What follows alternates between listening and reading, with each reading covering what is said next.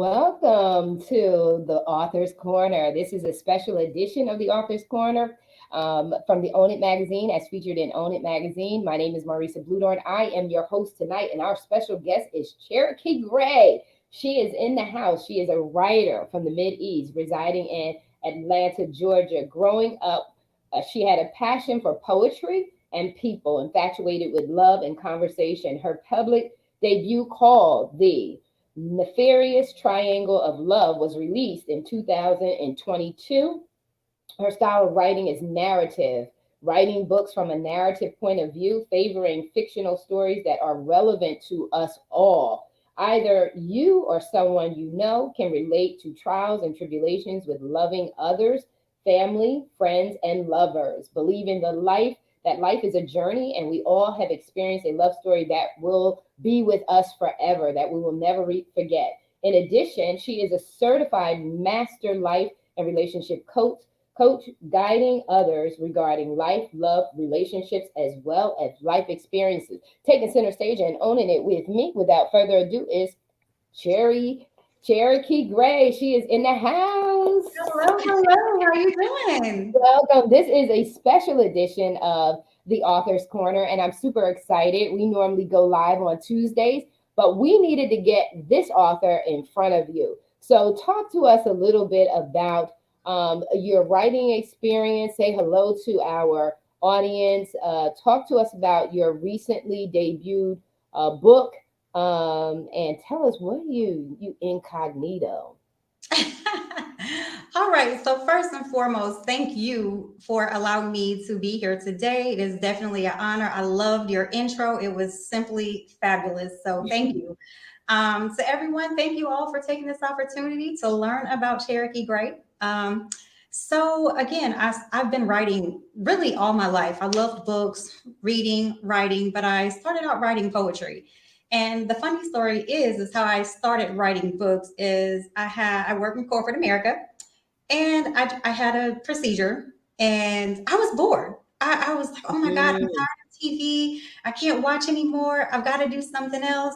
And ironically, I just started writing. And one page turned into 50, 50 turned into 200, 200 turned into 500. So it was just an opportunity to just express what we all go through. You know, we all have relationships or situations where we're like, man, is this happening to anyone else, or is it just me? But, Right. you know, I wanted to write about the things that we all experience or go through, that we're afraid to tell someone, or, you know, when we think we're the only ones. I wanted to put that platform out. So definitely writing as a narrator, telling the story, not allowing them to tell it themselves, but telling it for them, and just, you know, giving people a voice is what I Right. wanted to do. I love that. I love that you use the narrative approach. That's fun. I mean, that has to be fun for Yes. you. Before we jump into that technique of writing, and that method of writing, let's talk about that, because you're talking about, because I can remember I was sharing with someone, I think earlier today, or within the recent future, the last few days, that, in high school, I wrote poetry. I really loved writing poetry, but it just didn't stick with me to continue writing in that capacity. Mhm. And I love that you did that. I love that you, because we are expressive when we unleash ourselves. We are Absolutely. very expressive, and poetry is one of the ways that you can begin. To start your writing journey, it's almost like journaling, right? So poetry is kind of like, if you get a rhythm to it, it's really kind of like journaling what you're going through. And so I mean, 50 pages, and then that's how you know you're a writer. You know what I mean? Yeah, it was an experience, and I didn't even realize until I just looked down on day two, and I'm like, oh my God, I'm already at 250 pages. Like, what's going on? But it was just pouring out of me, and it was fun. So, again, we all go through something, and they're fictional stories, making up, but it's something that I can relate to, or someone else, or you just add all these things together, and it comes up, and it was just a great story in my mind. And you let a few people read it to make sure, hey, am I crazy? Am I tooting my own horn too early? Or, is this really something good? So I had a wonderful editor who was like, hey, this is something. You got some, girl. Let's put this, together. So literally it took me I would say in a week I wrote 2 books. And And I'm not, and you're speaking to someone who's written 12. oh So my you're word. not speaking to someone who does not get it. I get it. It's like, Yes, so what I try to explain to people is get it for yourself, because what absolutely. happens is when you allow yourself, you uncork Yes, it. And once you uncork it, once you are set that's free, it. when the river flows. Right. It just, like I said, it just pours out of you. You know, and you don't know, like, okay, I gotta stop. It's 10 o'clock. You know, I've been sitting there writing in that week and I'm like, oh my God, it's midnight, but I'm not sleepy, but I'm sleepy, but I gotta go to bed. But again, I couldn't work, and I had all this free time, and I was like, if I watch another Lifetime movie, shout out to Lifetime though. I'm like, if I watch another one when I can make my own, that's what this is gonna be. And it was just a wonderful. It literally was. I'm like, this is going to be, my outlet. But again, I loved it. It was the energy, it was the creativity, the feeling that it gave me. It was just life. I just loved it. And as I told you before, I was like, oh my God, I got to figure out my niche, what I want to do.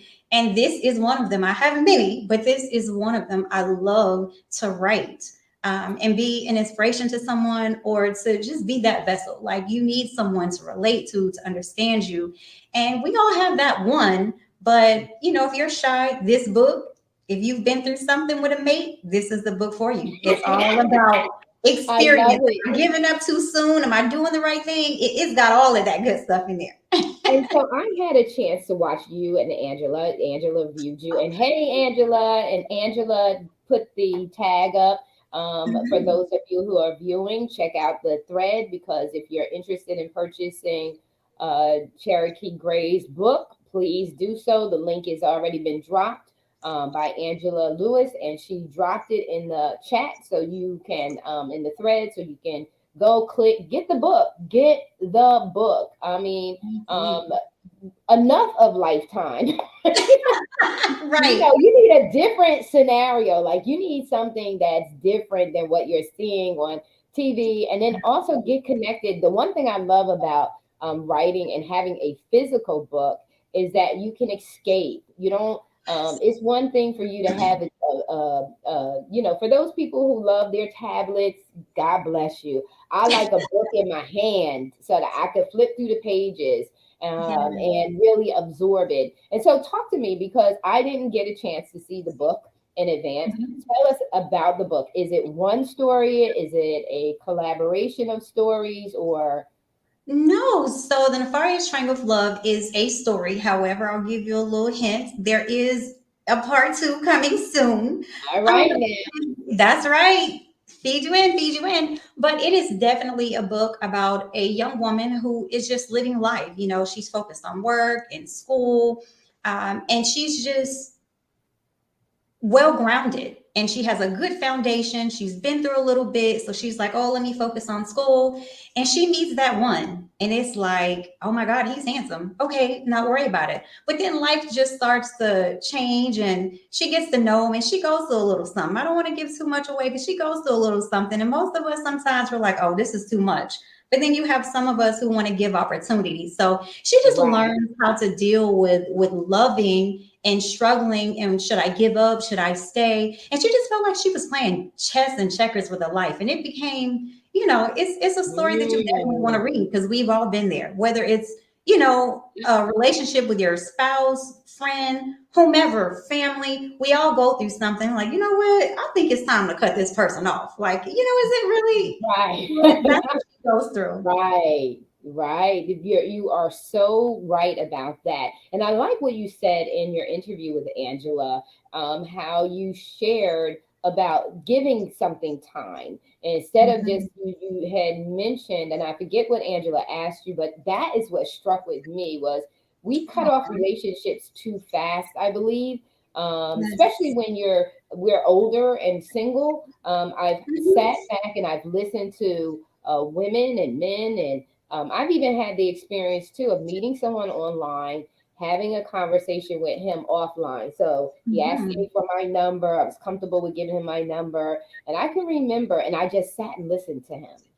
Mm. And he said to me, he says, well, I'm looking for someone who's financially independent because I plan on retiring. And it was this whole I mean, Yes, first, no. first conversation, first conversation that we had offline. And that's what Mm. you want to go into before you even get to even know the person. And so when you said that, I was just like, wow, she's so right, because you Mhm. don't know who you're dealing with until you spend enough time and invest a little time into the relationship. So share a little bit about why you responded to Angela that way. When you said give it a little time. Absolutely. First and foremost, thank you for even thinking of that because that's powerful to me. I just feel like there is a culture people like to assume that as people of minority, we're quick to divorce, quick to leave, quick to have babies and do all these different things. But in actuality, that's people in general. It's not cultural, it's people. Hmm. And when you get into a relationship or a situation, and again, family, friends, lover, whatever it is, the moment we get upset, we want to cut ties. And it's because we are emotional about that person, about the situation. And we're always, at some point, we're going to get our feelings hurt. We're going to be upset. But if you truly love someone the way that you tell them or you feel that you do, cutting them off is not the best thing. You want to give them an opportunity because, again, not to sound holier than thou, but how many times has God given you for some of the things that I you have know. done? Open door, closed door, he's giving you opportunity. He's forgiven you. So you have to give other people that same respect because, again, we are not perfect. We are human and we're going to make mistakes. But the key is communication. Talk to that person. Hey, you hurt my feelings. Oh, you made me a little upset. Or, hey, I don't like how this planned out. Let's talk about it. Because when you talk about it, that person may not realize, hey, I offended Marissa or I Yeah. offended Cherokee or I hurt her feelings. They don't know. Our perception is reality. So if we perceive that you are negative or whatever, that's how we're going to take it. And we break relationships like that. So it's definitely important to give people the opportunity to right a wrong or understand how they have, altered you. Because Hmm. again, it's an altering situation when you become emotional. Your feelings hurt, you get sad, you get angry, all these emotions all in one when you can really just sit down and talk to someone and say, hey, this is what I'm feeling, this is what I think, this is, how I interpreted the conversation. Am I correct? Am I wrong? And when you get to those deep conversations, that's when you learn how to love and have a relationship with that person because you take that time to understand them, but they're also doing the same thing. You're not focused on being right and having the right answer. You're focused on coming to a medium and understanding that person and the situation at hand. And appreciating and valuing Absolutely. why do they feel this way, so that Absolutely. it's not just a passe, okay, can we get through this conversation because you are just so emotional.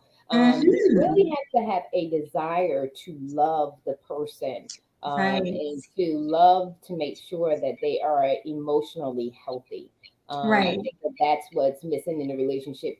Communication is critical. Yes. However, love inside the communication, inside the Yes. content and exchange is critically important as well. Don't do it mechanically. Do it because Right. you really, really care and you really want to make sure your mate, your partner, your friend are Hmm. really taken care of emotionally by you.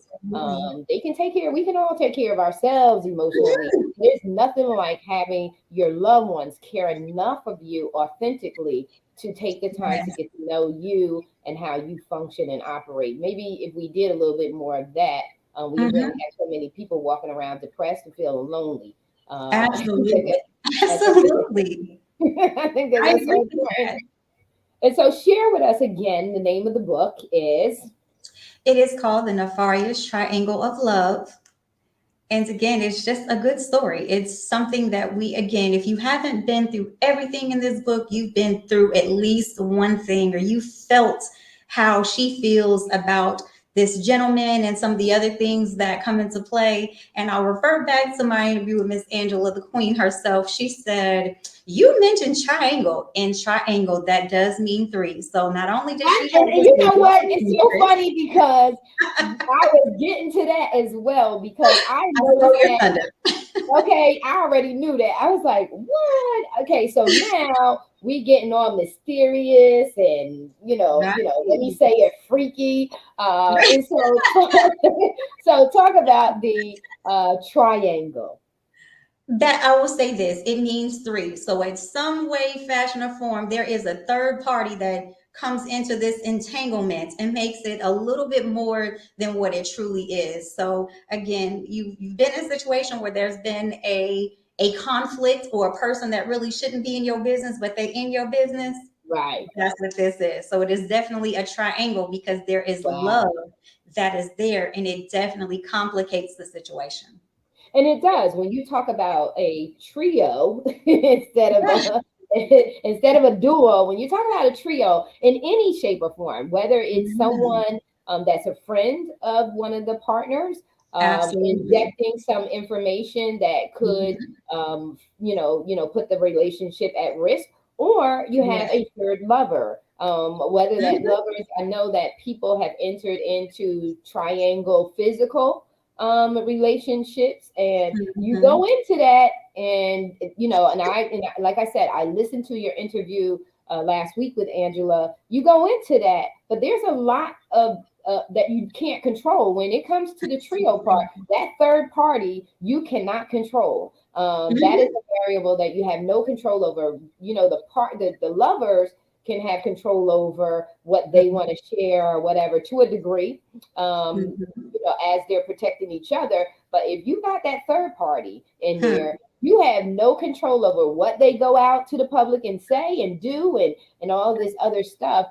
So you run the risk of having your pleasure, but then you have no idea if that becomes something that, is so devastating to you personally, Absolutely. It's there. It happens, and in this situation, it's not a pleasurable situation. It's like you trying your life with me today kind of situation.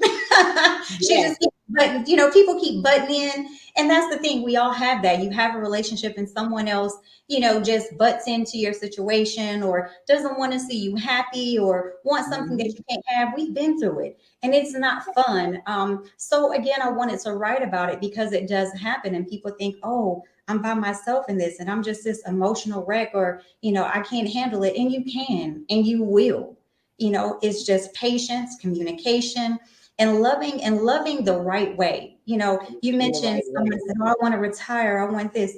Don't go into a relationship saying, I want to retire, I want a new car, I want this and that. You don't know how many situations that you have probably blown off or messed up because you came in there with the wrong intentions. Because when you love someone, in my opinion, yes, we want stability, but have stability on your own. Don't look for someone to come in there and just take care of you. You want someone who's going to add value.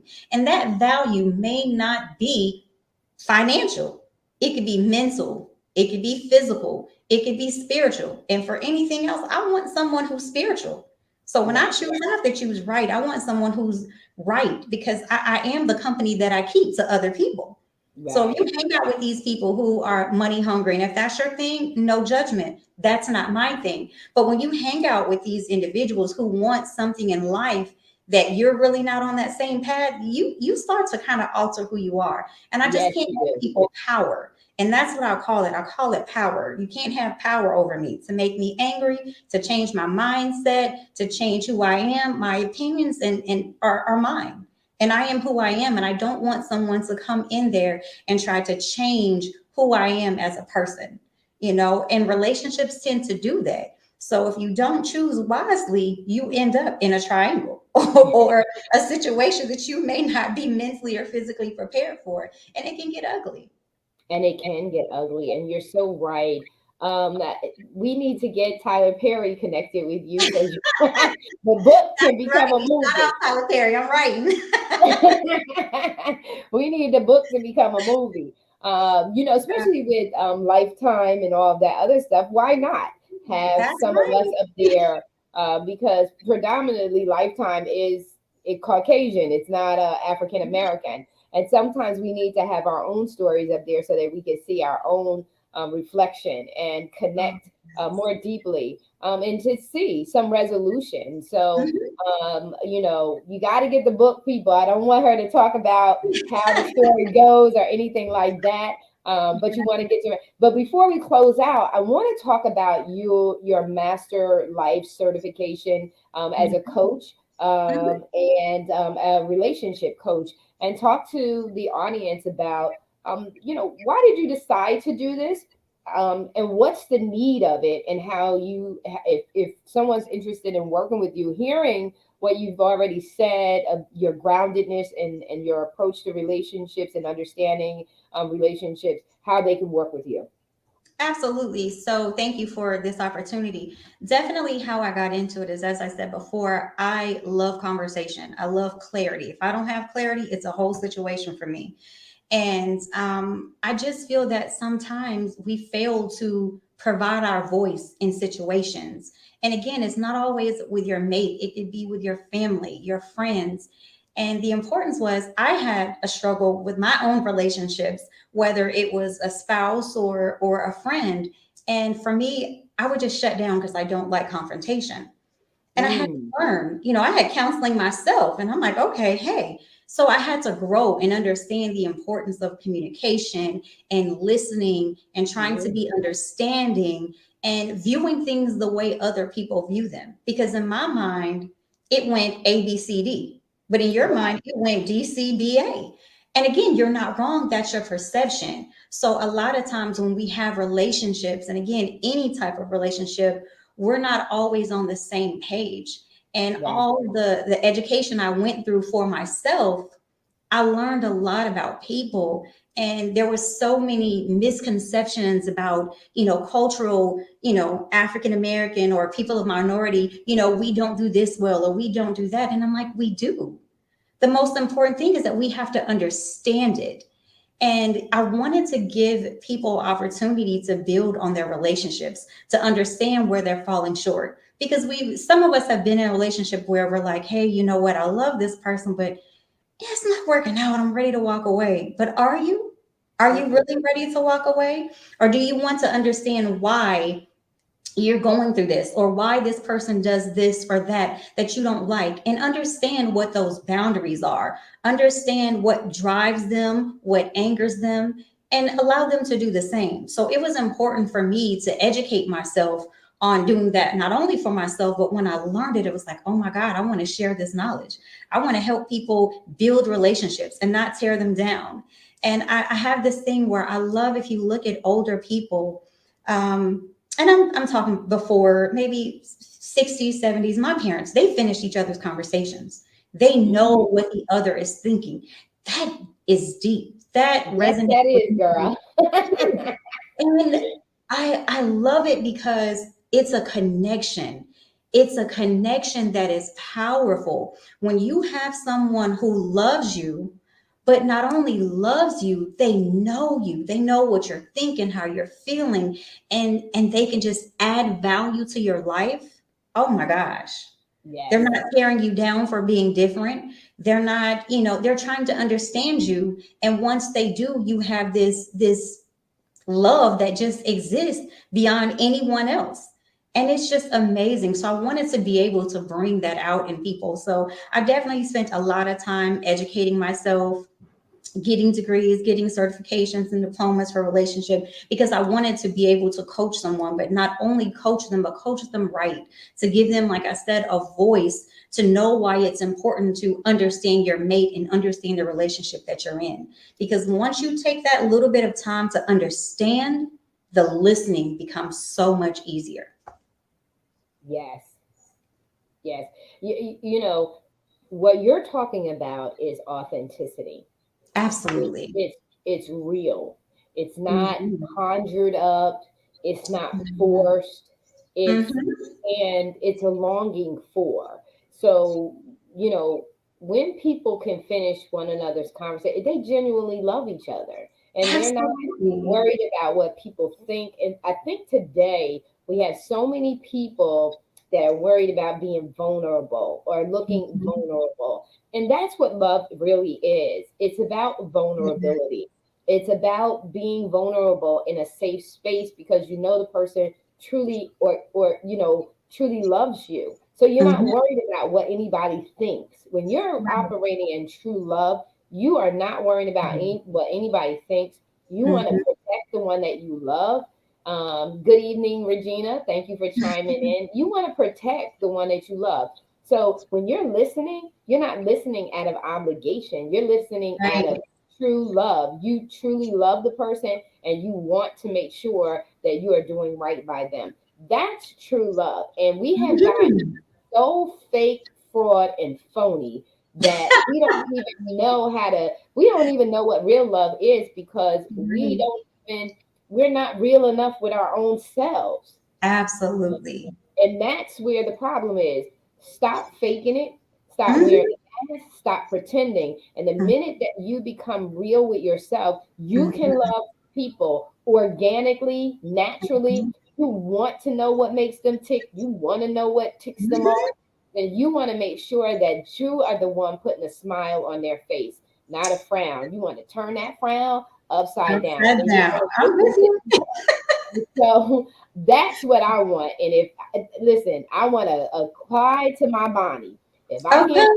find a Clyde, I don't want him. So, I so we not rolling if you not Clyde, okay? want a ride or die. That Absolutely. really gets to know me. And when the Mhm. guy said those things to me, I said, I just listened because I was cracking up. I was in my car and I was laughing to myself and I was saying to myself, this dude is clueless. I mean, he's clueless, and all I could do was let him finish. And I said, oh, okay, well, thank you so very much. Right. And bye. I mean, because, Absolutely. you have to know your worth. And just like you said, if you build a relationship on things, God forbid that money, that status gets taken away, your Mhm. relationship is gone because it's built on Absolutely. sinking sand, right? I love that. That is true. And that's why I told Angela this as well, is I love the religions where, and again, I'm not judging, but I absolutely love this, where you don't get to pick your mate is chosen for you.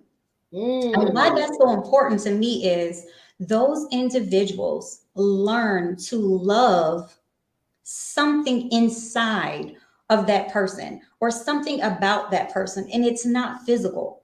Because Right. in 50 years, I'm not going to look like this.